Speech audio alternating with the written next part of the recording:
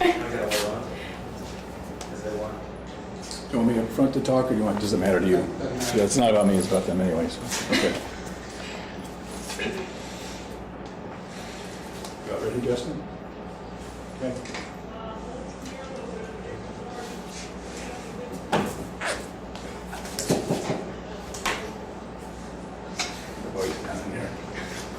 Okay. Welcome to the Bud Alvin Challenge Hospitality Innovation Track. We have 4 distinguished judges. Joe Farrow, owner, Tuscan Kitchen and Tuscan Market. I'm not going to get you, you're not in my order here. Phil Meldrum, president of Food Match Inc. Mike Summers, president and CEO of New Hampshire Lodging and Restaurant Association. And Beth Stuchek, CEO, New England Inns and Resorts. I got that right? Okay. Here, the rules are 10-minute presentation. The timer, Justin, will be giving you signals with the cards. One of you should be paying attention because at the 10-minute mark, you're in the middle of a sentence, but after that, we're going to shut it down. 15 minutes Q&A with the panel of judges. Audience is not allowed to ask any questions or interject. If you end up a little early than the 10 minutes, that extra time will fall to the judges for their Q&A. We will end the judges also at the 25-minute mark. 5-minute break between groups to get set up, and then we start again. Is that clear for all participants? Okay. So the first team up is Palm Somm. Good afternoon, judges. We're your team Palm Somm. I'm Christina Borkert. I'm Kaylee Quast. We're both hospitality management majors in Paul College. Last semester, we took on the role of beverage managers in the hospitality program's gourmet dinner, and that sparked our interest in wine and created our partnership in developing Palm Somm. Palm Somm is a personal sommelier smartphone application that guides users through the purchasing decision. If you walk into any liquor store, grocery store, or wine retailer, you'll see something that looks like this. For a lot of consumers, it's very overwhelming. There are many brands, many varietals, and a lot of people just don't know where to start. Even if they know basics like they like a white or a red, it's still way too many options. So there are 4 factors that impact someone's purchasing decision, which are knowledge, involvement, confidence, and intention. Palm Somm will help users who have low knowledge or high knowledge gain confidence in their purchasing decision and make them have an intention to buy wine and guide them through this decision to make sure that they have enough knowledge and involvement with a product if they don't already, and give them a little more confidence to be able to purchase the right bottle of wine for their taste buds. Just a little bit of background on the wine industry. Worldwide, it's about a $125 billion industry. In the US alone, in 2013, there were $36.6 billion in wine sales. And that was 375 million cases that were sold. This year marks 22 years of consistent growth in the U.S. wine industry. So it just gives you a scope of how large it is of an industry and how much it's worth. So our potential users, we're using this graph developed by Constellation Brands, which is a huge wine and beverage industry producer in the U.S. And they divided it into image seekers, overwhelmers, price-driven, everyday loyals, enthusiasts, and engaged newcomers. So we can use this model of the U.S. wine drinkers demographics to narrow it down to overwhelmers and engaged newcomers for our target market. So those wine drinkers who are overwhelmed make up about 19% of those who consume wine. They're willing to spend about $9 on the average bottle, and they're likely to say something like they don't like shopping for wine, they find it overwhelming and complex. And then engaged newcomers make up about 12% of wine drinkers. They're willing to spend about $13 on the average bottle. They're young, they're intimidated by the category, and they want to use wine to socialize, so it's important that they have confidence in what they're drinking. So those 2 categories are our most likely users of Palm Somm. So Palm Somm, like I said earlier, is a personal sommelier smartphone application that guides users through their purchasing decision. So this is the screen that they'll first see when they log into Palm Somm, and then those are all the functions that Palm Somm will offer. So each user will create a profile that'll store all of their personal information and be able to connect them to social media so they can share their likes and dislikes with friends. First off, they take a quiz which can ask them, how do you take your coffee? How salty do you like your foods? And these types of questions will develop suggestions based on their food and beverage preferences. And then once those suggestions are given, you can save them to your shopping list function. And in the shopping list function, the user should open this while they're shopping in the liquor store or wine shop. And it'll give them a little direction of where to go. So it might say, go to the France region or section of the wine shop, look under the Burgundy section, or it'll give them a suggestion of what to ask as sales associates so they feel more comfortable interacting with the huge selection of wine. Once they taste the wine, they can take a picture of the bottle and add it to their wine cellar. And in this part, they will take tasting notes on what flavors they like, so cherry or strawberry, whatever they taste. And they'll also rate the bottle of wine on a scale of 1 to 5. And those ratings will be categorized in the wine cellar function for later use, and that's also what their friends will see on social media. The last function is the Teach Me function, which gives them basic wine terminology in case they're unaware, to make them feel more comfortable talking to sales associates or talking to their friends. Just make them more comfortable with the wine industry in general. So we did a survey with some people who would likely be in our target market. This included current students and recent graduates. 63% said that they do not have confidence in their purchasing decision. We asked how often that they drink wine, and 42% drink it 3 to 4 times a week, and 25% drink it once or twice a week. So these are our target market, which don't have high confidence in what they're purchasing, and they are drinking wine often. So they are people who could certainly benefit from this app. So Palm Somm will be based on a freemium model, which means that there's a free and a premium version of the app. The free version will be limited access to suggestions and limited ability to save any wine cellar ratings, which is important because those people will not be able to go back and look at them once they've already saved them. And that the free version will also have advertisements. And then the premium version right now is going to be $3.99 a month. That'll offer free or all access to the entire app, which includes quizzes, suggestions, and unlimited tasting notes. And also there's an additional quiz that's not in the free version that you choose your activity, that what you're doing, like going to the beach, and it'll pair a wine with that activity. So this is just a little bit on our competition. Vivino is our largest competition. Right now they have about 7 million users. They also use a freemium version. It's $4.99 a month or $49.95 a year. It just allows users to rate wines, find information by scanning a bottle. And then next class is for wine and beer and cider. So it gives a broader range of alcohol, but it's again based on previous ratings. And then that is a free app. Corks is very similar to Vivino in that it just allows users to rate wine and look at other people's ratings, and that goes for a flat fee of $1.99. So our financial projections are that we are seeking an investment of $350,000. This money will go towards application design, talking with a sommelier, and for months 1 through 6, and also to cover the cash shortfalls during months 1 through 6. So our projected growth for the free users, we estimate that we will have 40,000 downloads in month 1. From there, the monthly growth in year 1 will be 4%, in year 2 it will be 7%, in year 3 it will be 11%. So at the end of year 3 we will have 5 million free users. And for paid users, we estimate that 5% of free users will end up upgrading, which at the end of year 3 gives us 263,000 paid subscribers. The break-even point is at 2,500 subscribers, and that is in year 1, month 7. So overall, at the end of 3 years, our revenue will be $9.8 million, and we'll have a net profit of $6.1 million. Thank you for your time and consideration. We're Team Palm Somm.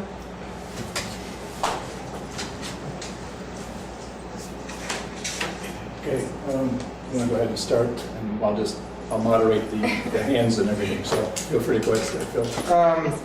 You didn't mention Seller Tracker. Have you looked at Seller Tracker? That's a pretty important one now.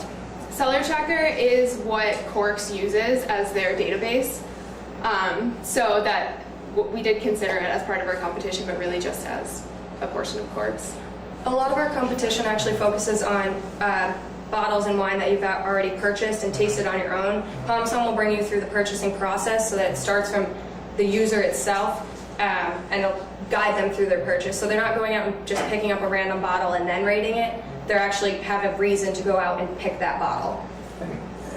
And somebody buying $9 bottles of wine is going to be that engaged with the nuances of flavors and things like that, in your opinion? I believe so, mostly just because that's our age group, that's what we're buying right now. And I'm honestly not very likely to spend more than $9 on a bottle of wine, but I am extremely interested in trying different wines. So I know myself and most of our classmates, I would say, are very interested in knowing wine on a budget. Yes. Can you take me? Oh, I'm sorry. Joe, then Mr. Chairman. Can you? Thank you.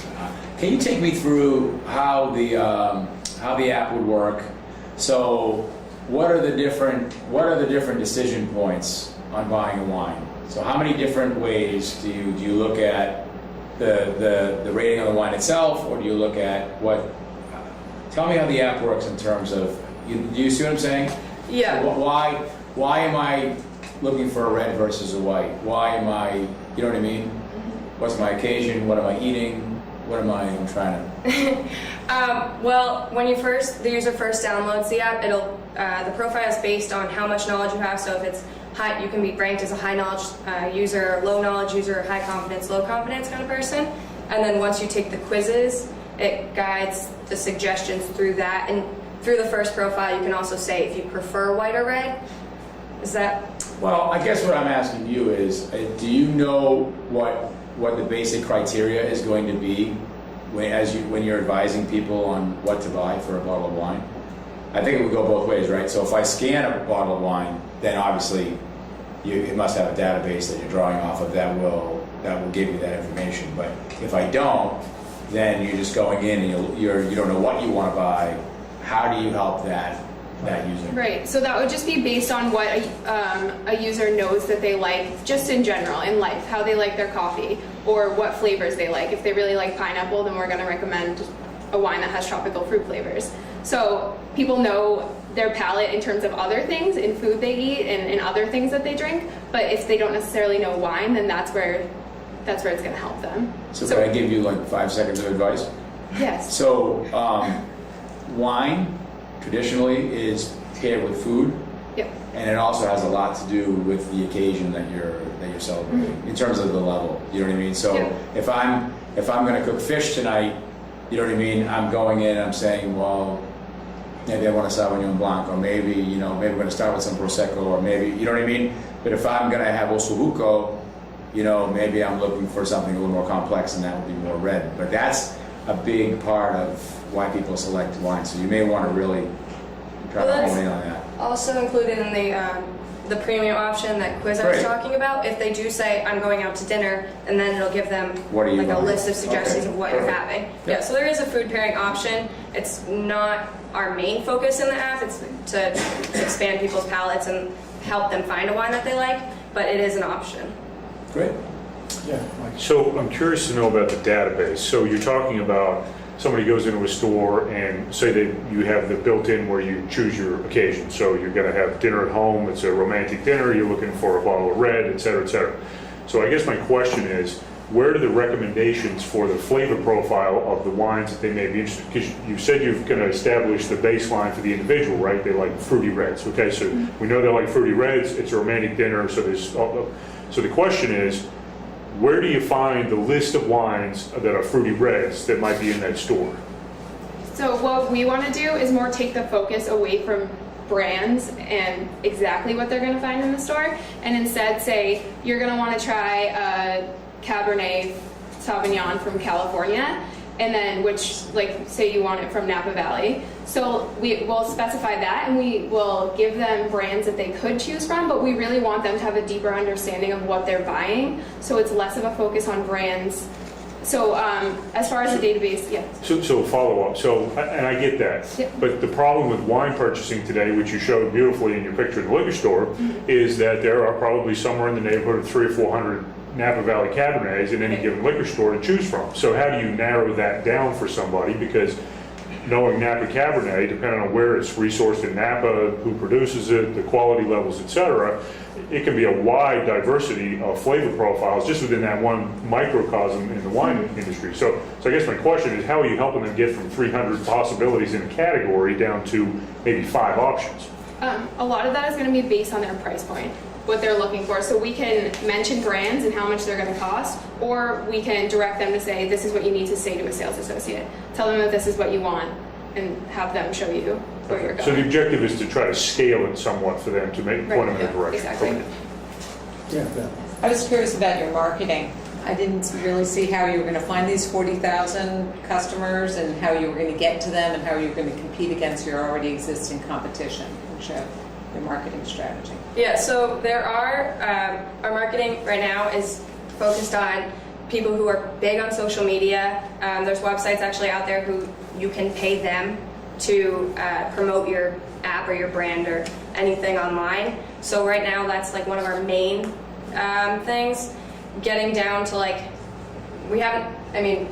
this is our concept and our idea right now. We don't even have the development of it right now, but that is something we need to work on definitely. Because there are ratings out there that other people have, but we wanted to focus on the users' like own ratings. So if I wanted a Russian River Pinot, okay, and I plug that in, what comes up? It's the opposite way. What do you mean? Oh, It wouldn't be for like, if you're looking for a Russian River Pinot, then you're probably an advanced wine drinker. You know what you're looking for. So that would not be something that PalmSom would be able to help you with. It's when you don't know what you're looking for, or very basic things like what you have tried so far. Okay. however, experts can use it because find something new that you might not even know about or. Okay. Yeah, I'm kind of with Joe. I'm trying to understand how the digital Somm would replace a real Somm, because it's very nuanced, complex, a lot of different factors. But what I'm gathering, you're really going to give people very general recommendations, right? General. We're going to try it with the varietal, vintage, region. Right. I mean, with our target market not knowing too much about wine, it's hard to go very in depth with engaged newcomers and overwhelmers because they already don't know enough. It's hard to judge how much they do know, but based on their profiles. I think it's an interesting concept that you're taking it from, people like these guys are probably extremely knowledgeable about wine and it wouldn't be a great tool. It really is for more of a lay person who wants to get into it and advance themselves and remember what they really liked. And then they can categorize it up. That's how I see it. Versus really, so you're going away from your competition, which is good. You have created a unique factor in what you're trying to do. And it's probably more for a new wine drinker to really just remember, okay, I really like this at this point. So when you get into the store and you see all of these wines, you know what to do. That's exactly our plan. Because I personally go out and I see Vivino and all these other apps, and I'm like, yeah, but I don't know where I need to start. Like, I can't just start by picking up a bottle. I could, but this is going to help you, give you a place to start, and then continue to give you places to go through multiple quizzes. And also to know the price point too. I think that's a big thing because this is a consumer age that you want to know that, okay, if I'm going to really spend $20 on this bottle of wine, because you told me that was it's 9 and 13, but I'm going to splurge. I want to know that was really worth the splurge to spend $20 or $30, which would be a lot for your market share at that time. For some others who are well seasoned and you're buying a specialty wine might not be. Yes, so when you buy wine, and you walk into a store, and maybe it's Joe's store, I don't know, and there's a little thing on it that says, this was rated a 90 by Wine Spectator or something. Does that help you make the decision to buy that wine? Because don't you think ratings, if people are insecure about their purchases, don't you think expert ratings are actually, and also food pairings, which are the other, I think, pretty important drivers in what to buy? I think for our target market it definitely is, and that's what we're trying to almost veer away from. And like we said, it's mostly based on the user and the user's palate. So I actually want to answer that question for you, because what I think they're saying, and I've seen this in sales, but young folks, they don't really believe in institutions that tell you what's actually the way it is. What they believe in is their circle of friends. That's who they take as their advisors. Now the question I have is, would there be a capacity, because now you have a server where all this data lives, right? Would there be a capacity where if I walked into a Joe's place and I scan the barcode on a bottle and it pops up, that you could tell them, hey, you know, of all the users in the group that have tried this wine, you know, 40% really liked it, 20% didn't like it. I mean, I would think that's the value. You're talking about a social network for wines, basically what you're trying to create. But one of the things that we find the most frequent is that people will pick up a bottle and go blank. Right. And they'll want to know what, you know, what's good about this wine? What could I drink it with? You know what I mean? Is it fruity? Is it dry? Is it, you know what I mean? Sure. Does it have a lot of tannin? Does it, you know, what's good about the wine, you know? And so, I mean, food pairings are huge because primarily wine is consumed with food.